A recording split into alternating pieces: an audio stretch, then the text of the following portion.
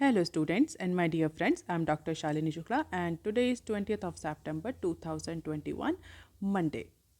Inspiration of the day is adopting the right attitude can convert a negative stress into a positive one. In today's discussion, we are going to cover these articles. So let's start with article number 1 given on page number 4. State slams FM plan to not extend GST compensation after June 2022. Friday को जो GST council की meeting हुई थी उस meeting में centre ने inability express करी है। किस लिए इनएबिलिटी एक्सप्रेस करी है? To extend the GST compensation beyond June 2022। तो जीएसटी जो लॉ 2017 में आया था उसमें एक क्लॉज था, उस क्लॉज के तहत स्टेट्स को ये अश्योरेंस दिया गया था कि अगर जीएसटी इम्प्लीमेंटेशन की वजह से स्टेट्स गवर्नमेंट का कोई भी रिवेन्यू लॉस होता है because of the implementation of GST, अगर रिवेन्यू लॉस होता है या टैक्स कलेक्शन में किसी भी तरह का लॉस होता है, टैक्स रिवेन्यू लॉस होता है, तो आगे आने वाले जून 2022 तक सेंट्रल गवर्नमेंट उस लॉस को कॉम्पनसेट करेगी। तो कुछ रूल्स के साथ ये क्लॉज था जीएसटी में डाला गया था और इसी के मोर इम्पॉर्टेंटली इसी क्लॉज की वजह से बहुत सारे स्टेट्स जो कि पहले जीएसटी को एक्सेप्ट नहीं कर रहे थे, जीएसटी इम्प्लीमेंटेशन को, वो जीएसटी इम्प्लीमेंटेशन के लिए एग्री हुए थे और जीएसटी इम्प्लीमेंटेशन के लिए 50% स्टेट्स का एग्रीमेंट ज़रूरी था। That is why this particular clause of compensation has been included under GST regime. अब वो जो टाइम पीरियड है वो जून 2022 में ख़त्म हो रहा है, यानी जो 5 साल का टाइम पीरियड इसमें सेंटर ने अश्योर किया था स्टेट्स गवर्नमेंट को कि जीएसटी इम्प्लीमेंटेशन की वजह से अगर आपका कोई भी रिवेन्यू लॉस होगा तो आगे आने वाले 5 सालों तक हम उस लॉस को कॉम्पनसेट करेंगे। वो टाइम पीरियड 2022 जून में ख़त्म हो रहा है। अब यहाँ पर इशू ये है कि जो स्टेट्स गवर्नमेंट हैं वो कंटिन्यूसली इस टाइम पीरियड को बढ़ाने की बात कर रहे हैं। उनका रैशनल ये है कि जीएसटी की वजह से जो उनकी इकॉनमी, स्टेट्स इकॉनमी, वो बहुत ज़्यादा अफेक्ट हुई है और जो कि जीएसटी के रियलाइज्ड बेनिफिट्स थे, जो बेनिफिट्स रियलाइज होने थे जीएसटी के, वो रियलाइज नहीं हो पाए। एक्चुअली सेंटर और स्टेट्स ने ये एनालाइज किया था, ये फोकस किया था कि 5 सालों तक जो भी इम्प्लीमेंटेशन रिलेटेड हर्डल्स हैं, एडमिनिस्ट्रेशन रिलेटेड जो भी हर्डल्स हैं, वो हर्डल्स ओवरकम हो जाएंगे और 5 सालों जैसे ही 5 साल ख़त्म हो गया, 5 साल होते होते जीएसटी जो है वो प्रॉपरली डिफ्यूज़ हो जाएगा सिस्टम में और वो प्रॉफिटेबल हो जाएगा, रिवेन्यू प्रॉपर कलेक्ट होने लगेगा। जो भी administrative implementation related hurdles, strategy related जो भी हर्डल्स थे वो ओवरकम हो जाएंगे। बट पैंडेमिक की वजह से हुआ क्या? पैंडेमिक की वजह से जीएसटी इम्प्लीमेंटेशन तो अफेक्ट हुआ ही, दूसरा जीएसटी कलेक्शन अगर आप देखें तो पैंडेमिक की फर्स्ट वेव में भी और सेकेंड वेव में भी जीएसटी कलेक्शन जो है वो बहुत ज़्यादा फॉल किया है, जिसकी वजह से सेंटर कई बार तो स्टेट को कॉम्पनसेट ही नहीं कर पाई उनके लॉस की वजह से। तो स्टेट्स का ये कहना है कि पैंडमिक की वजह से एक तो उनका रिवेन्यू कलेक्शन फॉल हुआ, ऊपर से सेंटर गवर्नमेंट ने उन्हें कॉम्पनसेट भी प्रॉपरली नहीं किया। अगर आप रेगुलरली न्यूज़ चैनल फॉलो कर रहे हो तो आपको पता होगा कि सेंटर ने कई बार ऑप्शन दिए थे, इवन फर्स्ट वेव में भी पैंडमिक की, कि आप इतना अमाउंट लोन उठा लीजिए, हम आपके इतना इंटरेस्ट पे करेंगे। सर्टन विंडोज़ प्रोवाइड करी थी in order to help the states for revenue decline situation. और इसी रैशनल को लेते हुए जो स्टेट्स गवर्नमेंट हैं वो डिमांड कर रही हैं कि जो ये कॉम्पनसेशन का जो 5 साल का टाइम पीरियड था इसको बढ़ा करके फाइनेंशियल ईयर 2026 तक कर दिया जाए, जिससे कि जो जीएसटी रिलेटेड जो प्रॉब्लम्स हैं वो पोस्ट पैंडेमिक में उनको मिटिगेट किया जा सके, उसके इफ़ेक्ट को मिटिगेट किया जा सके और जीएसटी को प्रॉपरली इम्प्लीमेंट किया जा सके और स्टेट्स का जो रिवेन्यू कलेक्शन है वो प्रॉफिटेबल हो सके। क्योंकि अभी स्टेट्स को उनके खुद के कलेक्शन पे छोड़ देना without any financial support bye centre, it may be very debilitating for the health of states economies। तो इसी को लेकर के जो स्टेट्स गवर्नमेंट थी वो कंटिन्यूसली डिमांड कर रही थी कि जीएसटी कॉम्पनसेशन की जो टाइम लिमिट है उसको जून 22 से आगे बढ़ा दिया जाए। फिलहाल जो फ्राइडे को मीटिंग हुई है उसमें सेंटर ने ये एक्सप्रेस किया है कि सेंटर के पास इतना पैसा नहीं है आप कि सेंटर इस पर्टिकुलर डेडलाइन को फर्दर एक्सटेंड करे फिलहाल के लिए अभी। तो अभी के लिए इस मैटर को फर्दर डिफ़र कर दिया गया है डिस्कशन के लिए इन अपकमिंग मीटिंग्स। यानी सेंटर ने क्लियरली अभी मना नहीं किया है, बट सेंटर ने ये एक्सप्रेस किया है कि सेंटर इनएबल है, कैपेबल नहीं है इस पर्टिकुलर एक्सटेंशन के लिए। हालांकि जो अदर स्टेट्स के जो रिप्रेजेंटेटिव्स थे, फाइनेंस मिनिस्टर थे, उनका ये कहना है कि it is not a final decision that centre has taken, या जीएसटी काउंसिल का ये कोई फाइनल डिसीजन नहीं है. Council did not decide on extending the compensation for states beyond June 2022, but this is not the final decision, this is the deferred decision. तो आगे आने वाली जीएसटी काउंसिल्स की जो मीटिंग है उसमें हो सकता है इस पर कोई डिसीजन लिया जाए. So all the issues including extending compensation to state beyond June 22 have gone through group of minister as per the few officials.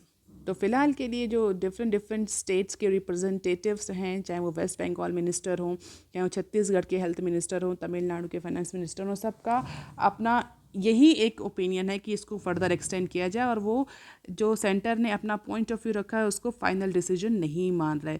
क्यों? क्योंकि अगर आप जीएसटी काउंसिल का कॉम्पोजिशन जानते हैं तो आपको पता होगा कि जीएसटी काउंसिल में जो ज़्यादा पावर असाइंड है वो स्टेट्स को असाइन है, यानी स्टेट्स की मर्ज़ी के बिना सेंटर अकेले कोई डिसीजन नहीं ले सकता. 2/3 वोटिंग पावर स्टेट्स के पास है और 1/3 वोटिंग पावर जो है वो सेंटर के पास है. तो डेफिनेटली स्टेट्स, इसी स्टेट्स के जो रिप्रेजेंटेटिव हैं, डिफरेंट स्टेट्स के फाइनेंस मिनिस्टर हैं, किसी के हेल्थ मिनिस्टर, उनका ये कहना है कि it is not a final decision. अभी इस डिसीजन से जो स्टेट्स गवर्नमेंट है वो एग्री नहीं कर रही, तो सेंटर या जीएसटी काउंसिल अभी इस पर फाइनल डिसीजन नहीं दे सकता कि इसका एक्सटेंशन किया जाएगा इस डेडलाइन का, कॉम्पनसेशन की डेडलाइन का, या नहीं. तो ये मैटर अभी डिफर्ड हुआ है, it is not a final decision. अब देख लेते हैं article number 2 that is given on page number 4. Investment grade की फॉर NARCL इशूड SRs. जब से गवर्नमेंट ने नेशनल असेट रिकंस्ट्रक्शन कंपनी जो है उसके सिक्योरिटी रिसीट्स के लिए गारंटी का अनाउंसमेंट किया है, इसके पास से लेकर के बहुत सारे जो न्यूज़पेपर्स हैं उसमें NARCL की इशू सिक्योरिटीज़ को लेकर के, NARCL के कॉम्पोजिशन को लेकर के, उसके फंक्शनिंग को लेकर के बहुत सारी न्यूज़ पब्लिश हो रही है. बिजनेस स्टैंडर्ड ने क्या कवर किया है? बिजनेस स्टैंडर्ड ने बेसिकली आज के पेपर में सिक्योरिटी रिसीट्स जो कि NARCL इशू करेगा. NARCL कौन है? National asset reconstruction company. कौन सी कंपनी है? बेसिकली ये असेट रिकंस्ट्रक्शन कंपनी है जो कि इंडियन बैंकिंग एसोसिएशन के थ्रू बैक हो रही है. डिफरेंट जो बैंक्स हैं उनका इसमें स्टेक है. तो जो बैंक्स के NPA हैं, बैड लोन्स हैं, बैड असेट्स हैं, स्ट्रेस असेट्स हैं, उन सब को ये खरीद करके, हमें बेसिकली कह सकते हैं बहुत सिंपल फॉर्मेट में, खरीद करके उनको रिकवरी करेगी या उनको फाइनेंशियली वायबल बनाएगी.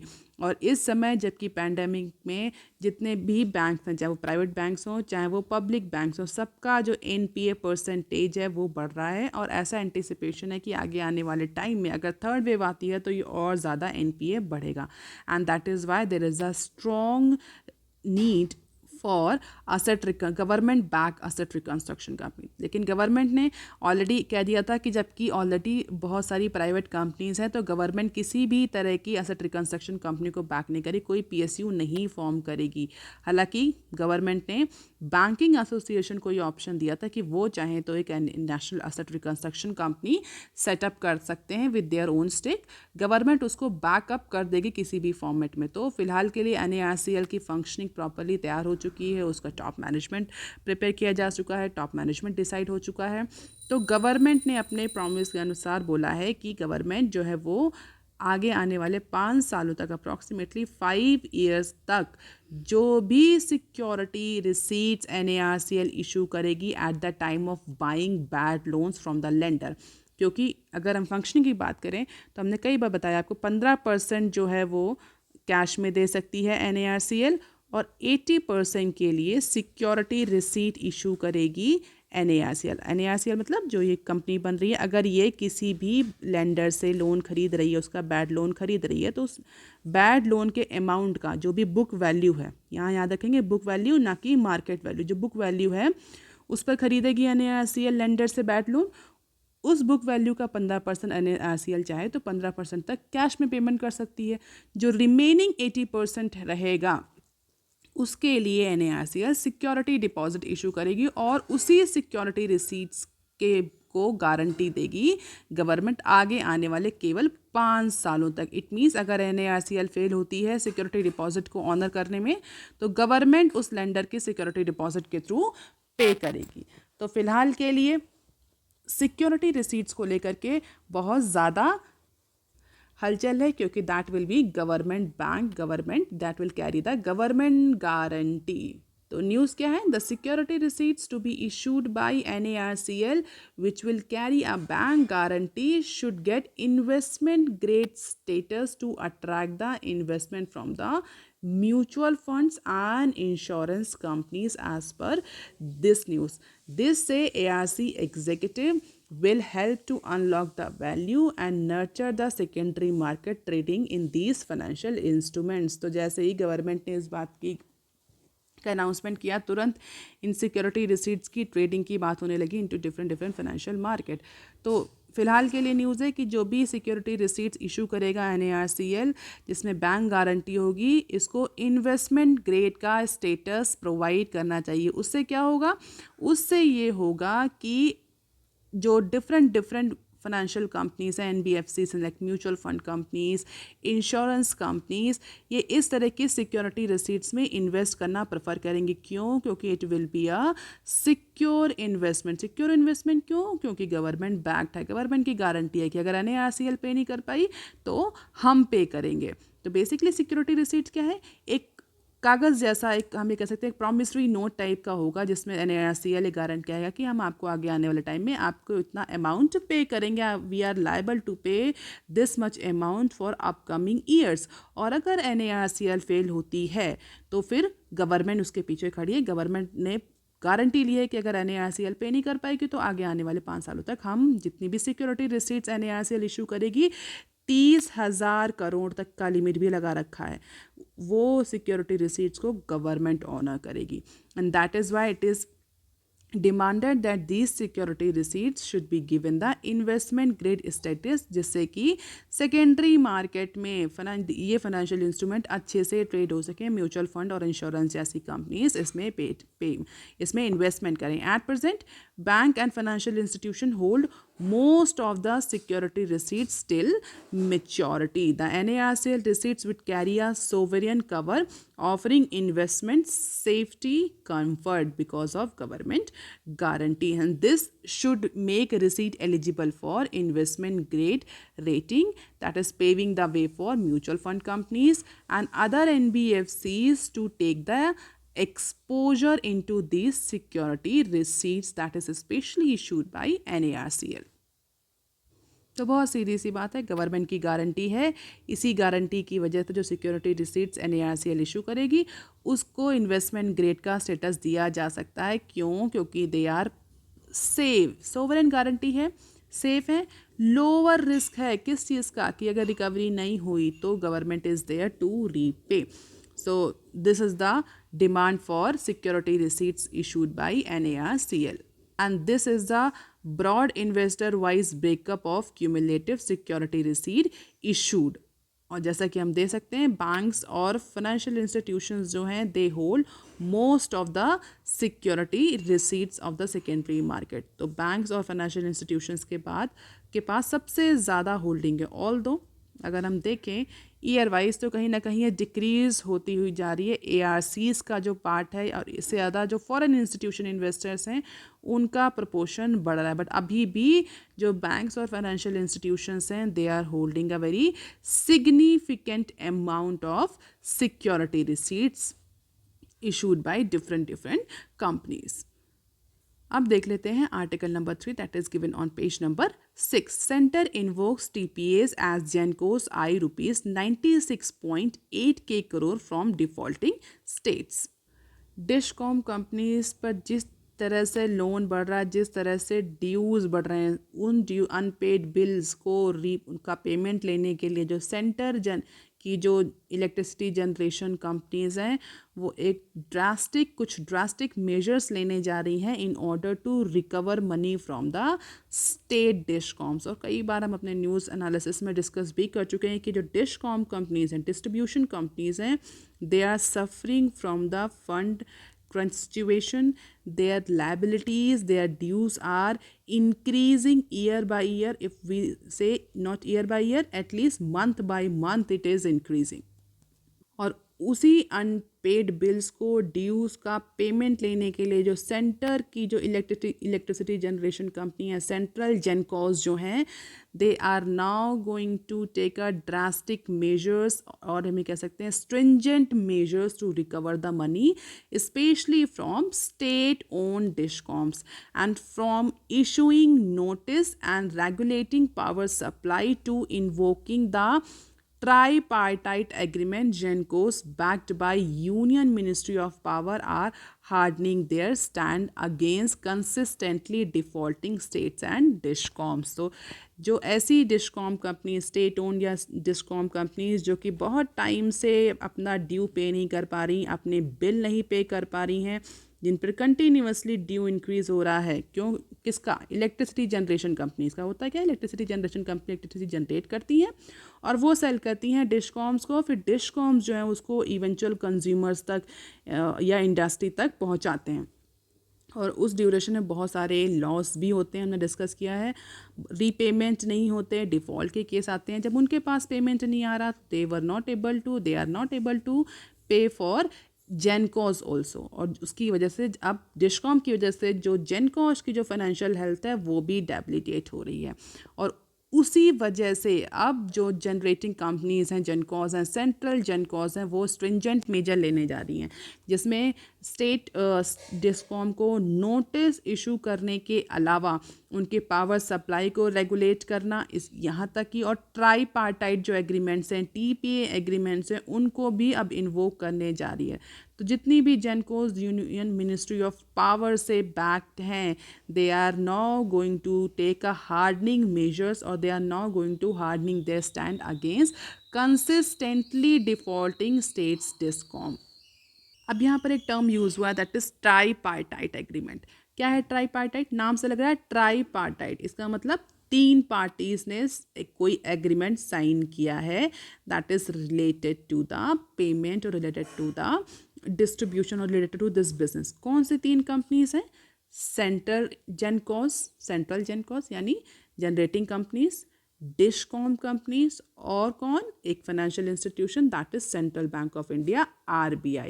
And under the agreement the central bank can deduct the defaulting amount from the account of states with the RBI। तो अब भैया सीधा सा जेनकोस ने बोल दिया है स्टेट्स डिस्कॉम को कि अगर आप पेमेंट नहीं करेंगे तो आपका जो अकाउंट RBI मैनेज करता है, आपको पता होगा कि RBI स्टेट्स और सेंटर के सारे अकाउंट मैनेज करते हैं, गवर्नमेंट्स के जितने भी रिवेन्यू अकाउंट होते हैं, एक्सपेंडिचर अकाउंट, सब मैनेज करते हैं। तो सीधे जेनकोस ने बोला है कि अगर आपने पेमेंट हमें नहीं किया, we will invoke this TPA, tripartite agreement, और उस ट्राईपार्टाइट एग्रीमेंट के तहत we will direct the RBI, we will ask the RBI to deduct the pending amount, deduct the undue bill unpaid or due bill amount from your respective account that is managed by RBI। And according to senior officials, the Union Ministry of Power has invoked the TPA with Jharkhand, Karnataka, Tamil Nadu, तीन state से जो TPA का agreement हो उसको invoke कर दिया है। मतलब RBI को डायरेक्ट कर दिया है कि झारखंड, कर्नाटक और तमिलनाडु के अकाउंट से अप्रॉक्सीमेटली 30,000 करोड़ का ड्यू आप डिडक्ट करिए और वो हमें पे करिए। And the power ministry recovered approximately 714 crore from the Jharkhand account last month. तो तीन स्टेट के साथ तो TPA इन्वोक कर दिया है, और अदर जो स्टेट ओन डिस्ट्रीब्यूशन कंपनीज हैं उनको भी डायरेक्शंस दे दिए हैं, नोटिस इशू कर दिया गया है कि अगर आप पेमेंट नहीं करेंगे अपने जो अनपेड बिल्स हैं, जो ड्यूज़ हैं, तो against you we will also invoke the TPA। और इवन इसके अलावा आपकी पावर सप्लाई भी रेगुलेट कर दी जाएगी, we will not provide you power supply. और गवर्नमेंट के इस डिसीजन के बाद, यूनियन पावर मिनिस्ट्री के इस डिसीजन के बाद में कई सारे स्टेट्स ने तो इवन ऑब्जेक्ट भी किया है दिस रिवोकेशन ऑफ TPA, और कहा अगर इस तरह से सेंटर करेगी तो we will exit from this tripartite agreement. लेकिन फ़िलहाल सेंटर ने इस पर्टिकुलर थ्रेट को कोई ज़्यादा कंसिडरेशन में नहीं लिया है. Central government however has gone ahead to deduct the amount from the account of states government and at the same time NTPC and other central generation companies have also issued power regulation notice to these several states, जिसमें बोल दिया गया states को आप अगर undue जो bill हैं, जो ड्यूज़ हैं, वो पेमेंट नहीं करेंगे तो आपका पावर भी रेगुलेट हो जाएगा, पावर भी आप सप्लाई भी आपको कम होगी. On the other end TPA भी इन्वोक किया जाएगा. So this entail the gencos regulating or in worst cases stopping power supply to the concerned DISCOM or state if dues are not paid within the 19 days of supply. 90 दिन की deadline दी गई है. और जो हमने जैसा कि डिस्कस किया छत्तीसगढ़ कर्नाटका जैसे स्टेट से तो TPA इन्वोक भी कर दिया गया. And this is the mounting due as we can C.